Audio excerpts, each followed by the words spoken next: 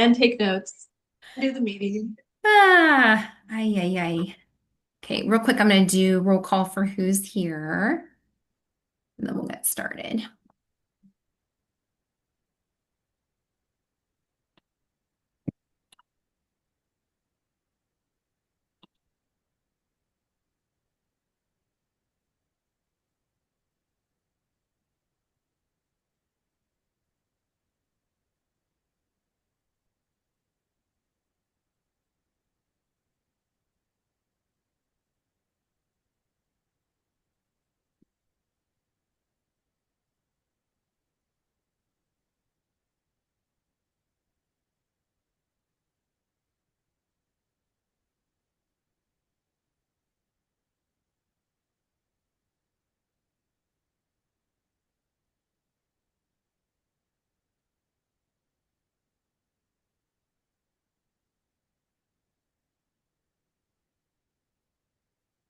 Right.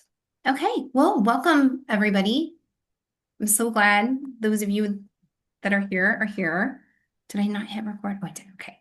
So we have a little bit of like just a report out, kind of I'm calling it like a state of the state for BLV services for infants and toddlers. And Renee was just sad that she couldn't attend. She's, I think, at a wedding. So she asked me to hit record, and maybe this will be beneficial for anybody else as well. So, first and foremost, if we look at the agenda, I just wanted to point you all in the right direction. Those of you, Christina, that are new, but then also just kind of a refresher for everyone else too, so that you can find the, let's see it on here. There we go. So that you can find the FAQ and also the newsletters.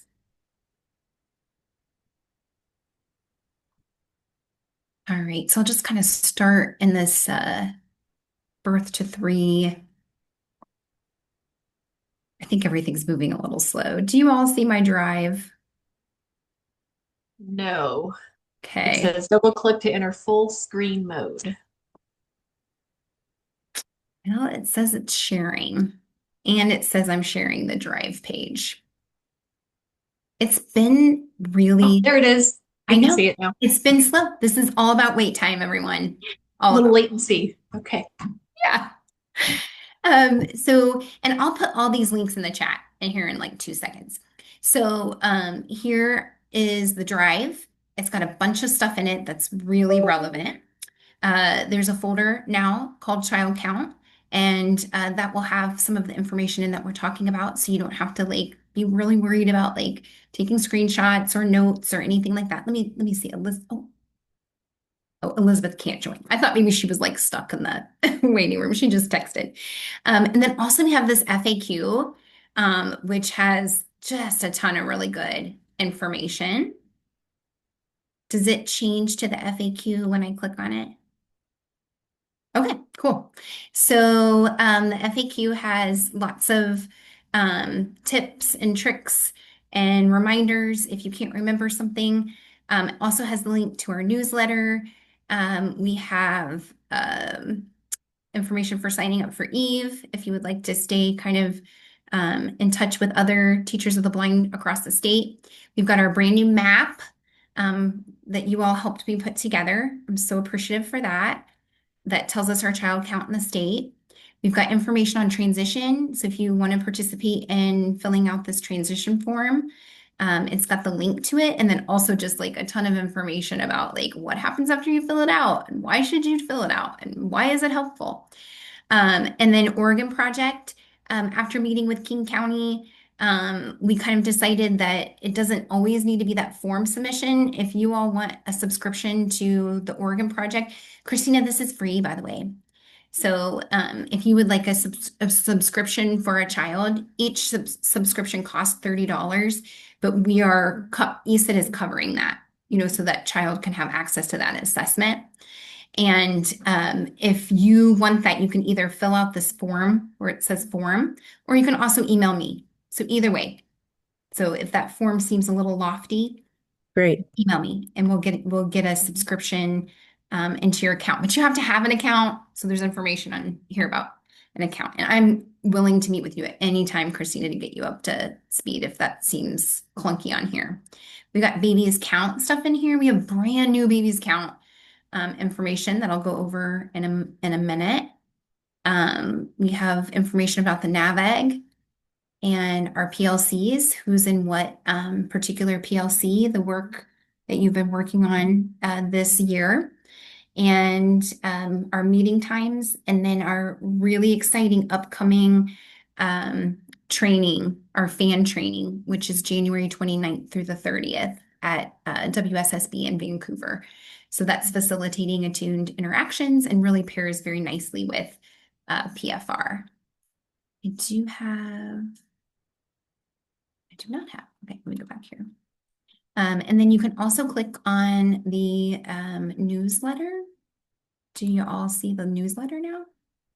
Oh, it just needed a little warm up. It's pretty quick now. Yeah, so we've got that's January, oddly enough. Get in here and have a look at. So you can reach that from the Google Drive as well. And then we've got our new newsletter for June 2025. And it just kind of tells you what's new on the FAQ, but everything that's on here should be on the FAQ as well. It does have some information about the brand new ESIT credential. And so there's some different links on here if those would be helpful. And I just wanted to let you all know that we have not only do we have our developmental specialist BLV, but we also have a pathway now to a developmental specialist deafblind. And the way that that is going to work is we have a pilot program this year that Lindsay, Stephanie, Hannah, and Kirsten DeLugo from WSSB School Age Outreach are going to participate in it. It gets kicked off next Monday, Tuesday, Wednesday with a training. And then it will continue on with a 2-year mentorship with the deaf-blind program. But July 1, 2027, those folks will be able to get this credential as well, this developmental specialist credential for deaf-blind. So in order to do that, you have to be either a teacher of the deaf-blind, which, I only know Emma. I don't know anyone else in the state that is. Kirsten has some similar credential, but I think it's not quite the same teacher of deafblind. Or you can be a teacher of the deaf or a teacher of the blind, but you then also have to do the 2-year mentorship program. So it's kind of exciting. Any of our new teachers coming in, maybe from like the Stephen F. Austin program or the Portland State program, they will be considered developmental associates. So not quite that developmental specialist BLV, but then as soon as they're finished their program, they can apply for that other credential. And then just stay tuned because in July of next year, that's when developmental specialist O&M will be added. We've got our child count on here.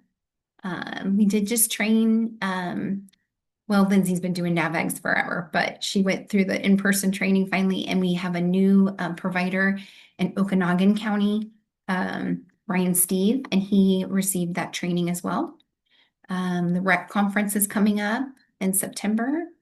We've got our Council for Exceptional Children Division of Early Childhood Conference. That's a little closer, October 7th through the 10th in Portland. And again, those dates for the fan training. A couple reminders on here, and you all can access that whenever it is convenient for you. So I'm going to pop those links into the chat. Any questions so far?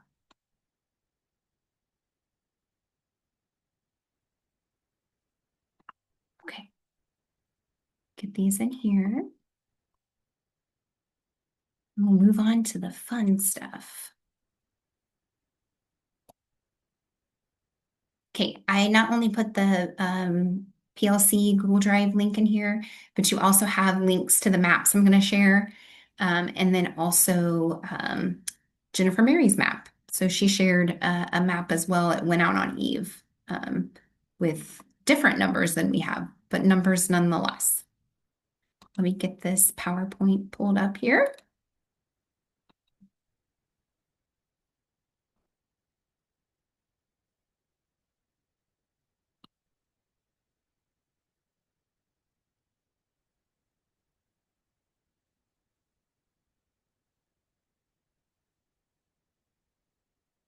All right. Do you guys see my PowerPoint? Oh, Yes. good. Everything's going great. And it looks so accessible. Thank you, Lindsay. I wondered if you might notice. All right. Let me see if I can figure out how I can see you guys also. I have way too many things open here.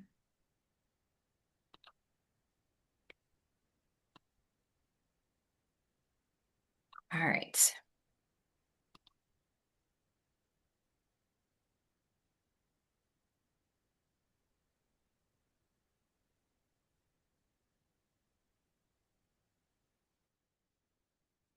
Trying to split my screen here. Oh, it's amazing. Sorry, Carrie Ann just taught me that. New skills. Okay, we're gonna go over the self-reported numbers that you all were able to provide and take a look at a map, an accessible map that you'll have access to if you need to share that with your administrators or whoever you feel like that would be important to share it with. And then we're going to talk about some babies count data, the most recent data that we have. And then we have a summary. We have like an 8-year summary from babies count, which is kind of nice. And then we also have just a couple of notable pieces of data that might be of interest to you. And then I have a couple of questions for you. Maybe you have some questions for me, and we will move into our PLC groups after. Sorry, I meant to show you the agenda while talking about that. Okay, here's our numbers. So we had the opportunity. Jessica, sorry, I don't know, maybe it's just me, but I'm not seeing your slideshow or anything you're talking about. Oh, Like I see the PowerPoint, but it's not going to the it's correct not going to slides the you're next. talking about. Okay, thank you. Yeah. I'm going to stop So sharing. other people are seeing too. I'm Yeah. sure. Okay.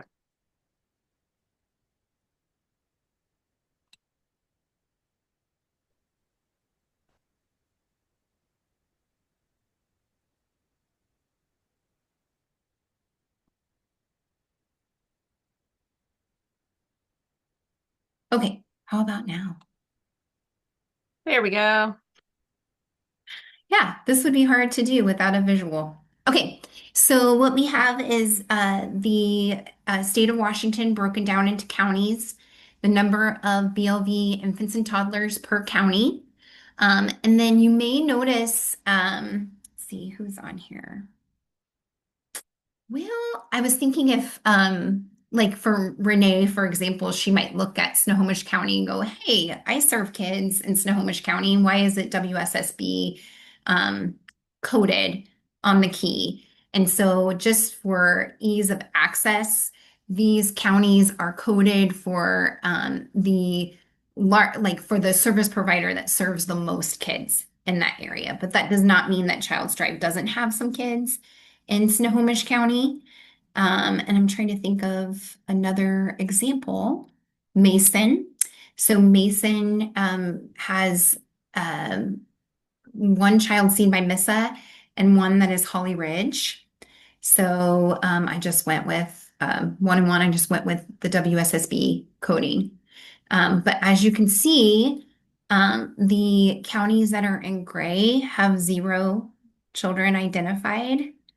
And, that is definitely a concern, especially around like in Whitman County, around like the Pullman area. There were babies and there are 3-year-olds, but there aren't babies now. But there are 3-year-olds now. So they show up at preschool, but they're not getting any services in Part C. And same thing, Christina for Jefferson. I just had a conversation with the school age teacher there. And I know that there was a time when you had kids there, right? Yes. Yeah. Okay. So, And Clallam. yeah. Yeah. So, yeah, we just need to, keep making sure that folks are aware of our services, but it doesn't change that they cost. And I really do feel like that's the biggest barrier.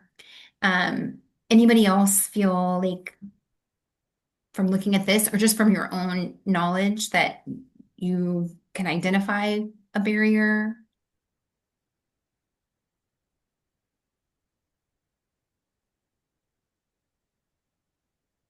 Very low population, kind of up in that northeast corner, and also by you, Christina, Clallam, and Jefferson. But like I said, we know they're there because they're showing up in preschool.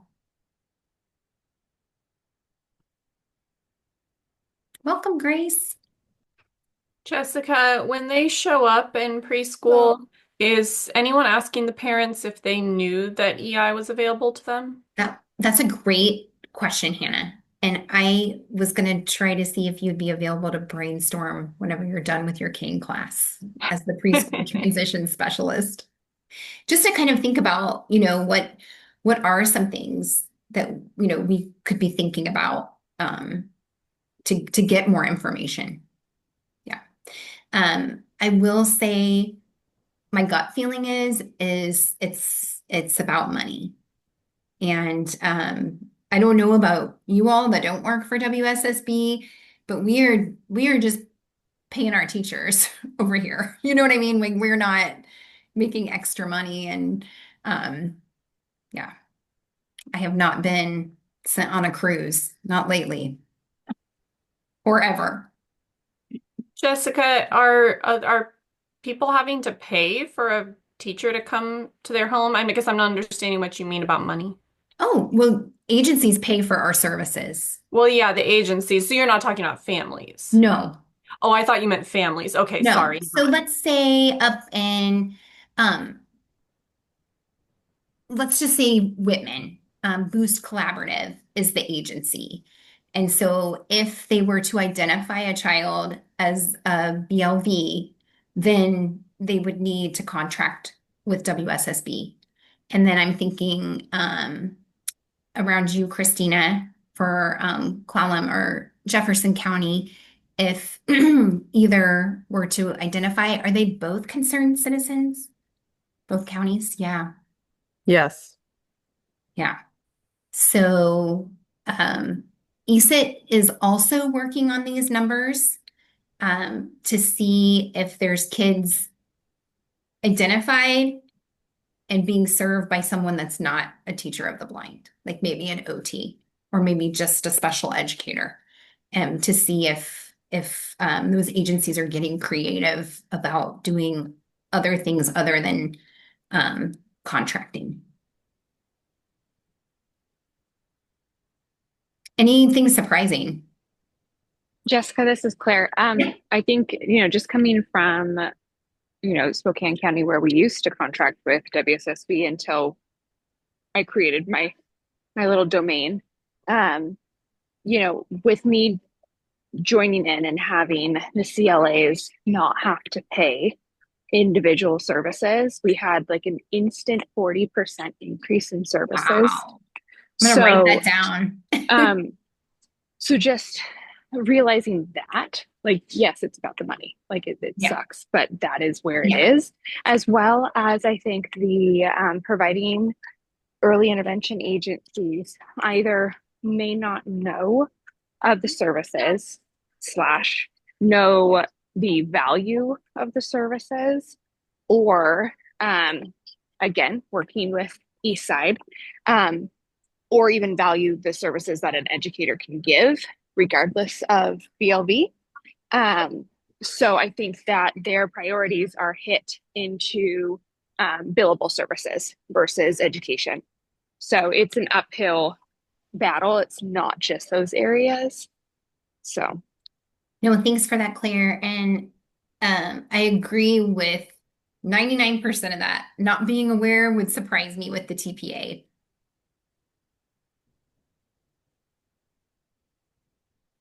We should be thinking about hearing and vision with all kiddos, you know, from that intake, or at least it's required from ESIT as of last July. Okay, you guys have access to this. We can talk about it more. What I will be asking for next, or maybe I won't even need to ask for it. ESIT is asking like information about providers, and I know who you all are. I know where you are. Sounds really creepy. And I'm probably even know who's O&M or who's TBLVL or who's dual. So if that's just the information that they're asking for, I can provide that. If not, I may need to do another like fillable Google Excel sheet or something like that, but I'll let you know. Oh, and I did forget, there is a pretty big discrepancy between our ORC kids, so our kids that are getting registered. So we have 330 infants and toddlers in the state. But then we only have 130 that are registered for quota funds. And then if we look at babies count, another really low number. So 148 kids on babies count. And I do realize at WSSB, we have kids that never get a babies count survey, right? Because they're just kind of like in limbo, or maybe you're, you know, supporting the family through a diagnosis of, you know, like a refractive error or something like that. And that might be the reason that they don't have quota funds either. But that, at least on our end for WSSB, is a really small number and shouldn't account for like half the kids missing from both of these. So Hey, this is not, Jessica. yeah, I'm sorry, this is Hannah.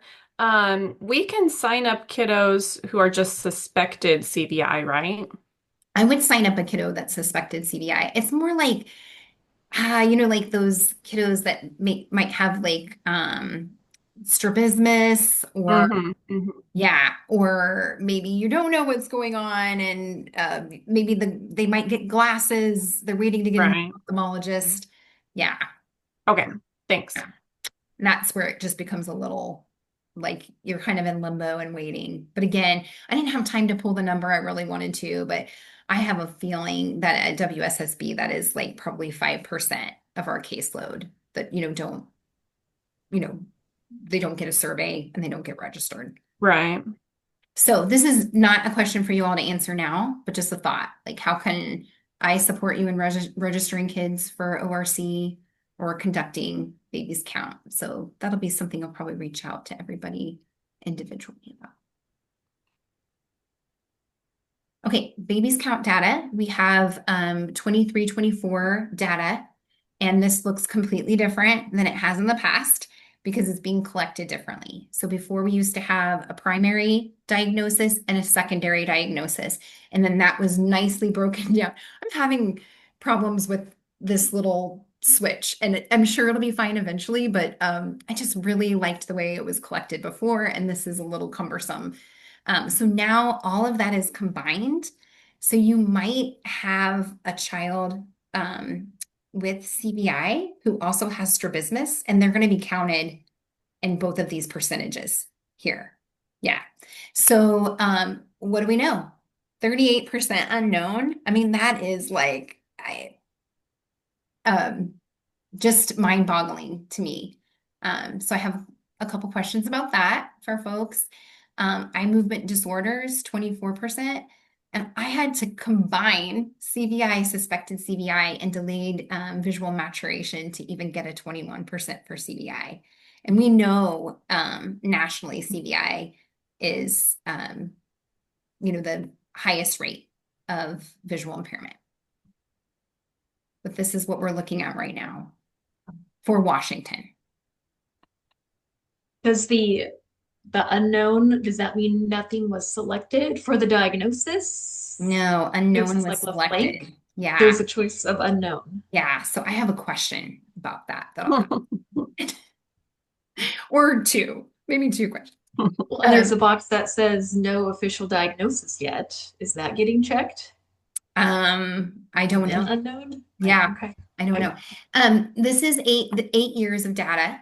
So we have 2016 to 2024.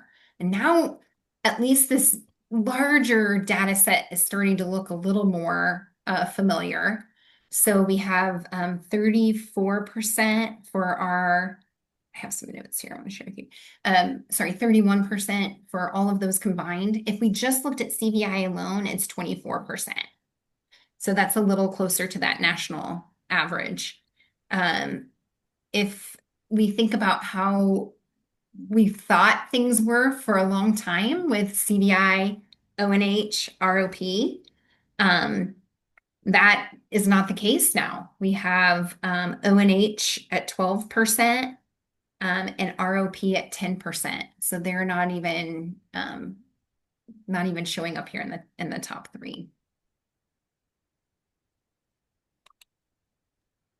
Jessica, this is Jaylene. I have a clarifying question. Yeah. Is the data that's pulled exclusively from the exit surveys, or is it if a child just has an entry? Do you know where those Well, the diagnostic? exit only asks like 4 questions. So we get all data. So if you don't do Yeah. the exit report, it still goes in to the pool. And then the exit report is like, yeah. And it's not asking you again what the diagnosis. No, though, when I've looked back, since I have access to see all of the King County teams' entries and seeing that there's two different sections, if I'm remembering correctly, of one like at entry, what was their diagnosis, and then at exit, what was their diagnosis. I believe. I think I need to fact check myself, but It's been I a could view it in long, a different way. it's been a long time since I've done a survey. Lindsay, do you remember? Lindsay just did a survey. I did. I'm sorry. Could you repeat the question? That's okay. I didn't mean to put you on the spot. I always Well, put Lindsay on the spot. Anyway, I could clarify it real Yeah. quick, Lindsay. Sorry. Oh, is this When about? I submit the survey, like myself for a child on my caseload, I just put in the diagnosis once. But when I can look at, let's say, like Elizabeth or Alex's surveys from our King County portal in Babies Count, it shows like two different sections of at entry, what was the diagnosis, and then at exit, what was the diagnosis, which was the first time I had thought, like, oh, are they capturing it at two different times? You can alter it. Sorry, this is Claire. You can Yeah. alter any bit of information on exit. And so they're probably saving the data on entry. And then if the diagnosis is changed, you can alter anything on exit. Yeah. And then just a tidbit on the unknown. I have quite a few in utero drug exposure babies that are coming up, and functionally they're not accessing their vision at all, period. However, ophthalmologist is clearing them. Primary is just saying it'll come, but no diagnosis is being given. And I just don't feel comfortable putting a diagnosis. And so I mean, it is truly unknown why. However, like we can deduce that that vision probably will come, or it will go into a different category. But even up until 3, they're not getting anything, even after education. And yeah, I mean, I love where I live, but still working. Yeah. I wonder, well, we'll just wait. But thanks, Claire. And I have a question about that. We'll get to that. All right. So, and I just wanted to share with you that Washington is second only to Massachusetts. So like Perkins is in Massachusetts, and they have, just this expansive outreach program and serve all their infants and toddlers statewide. So we're doing a good job. I just want to encourage folks, if you can do the surveys, to do them. There's a lot of information on the FAQ about why it's beneficial, mostly just because we can have conversations about what that population is going to look like in school, and kind of understand where we need to like beef up our training. I mean, I'm looking at this and I'm like, we need somebody on eye movement disorders. That's I look at this and I want to know more about how we're supporting those kids. So it's important to do these if you can, but I know everybody is really swamped. This hasn't changed much at all, but really important to know our early intervention agencies are the biggest referral source, not a surprise. And then level of vision, so meeting the definition of blindness, 28%, functional definition of blindness, 18%, low vision, 38%, and then normal vision, 16%. And that's our summary of the 8 years. So here's my question, and Claire, it relates to your statement. Could any of your unknowns be suspected CVI? And maybe not, but that is a question that I have when I look at this. This should say we, but like, are we editing our suspected CVI to CVI once they're diagnosed? So like Claire said, you can edit anything at exit, but you can also edit at any time. But you're going to be at a desk, probably, log in, go into the website, into your account, and I realize that those are all barriers. I am curious about how we are supporting our eye movement disorder kiddos. And then I'm also curious if any of the information we talked about today, makes us want to maybe dig in a little deeper in any area for maybe a community of practice related to this for next year. And that could possibly be child find. I have a missing parentheses, sorry. And then do you all have any questions? Has CVI been linked to in utero drug or alcohol exposure? I think that information, Hannah, has been disputed, but what I have read recently is that it can. Did Yeah, anybody I would imagine so, because it affects the child's brain. Mhm. I think long term, sorry, this is Claire again. I don't know about long term. Like I've had kiddos that it takes probably about 8 months to fully like even fixate from no vision. So there's the gap in vision. Whether or not it's just, like our kiddos are coming out with sensory overload from drug exposure. And so whether they're accessing any of that could just be due to withdrawal, swelling, birth trauma, but the degree of what it remains, that's my question mark of like, okay, I get why delayed visual maturation is something on there. Unfortunately, that's a diagnosis I'm not getting also. So it's just those different aspects of it. But I look at those kiddos coming out, and we're working with our shelter teams and we've got mom baby withdrawal units, and really working on understanding and reading body cues for a lot of this sensory overload in general. But I for those IUD kids, I'm literally picking them up probably for at least 9 months, and I do exit them when they are showing full functional vision at this time. Just, yeah, I guess that's kind of what I'm doing. That's really interesting.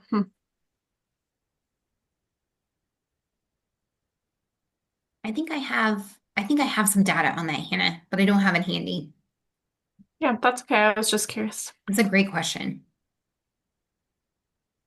Okay, anything else? You guys are really doing a great job. I'm gonna stop recording.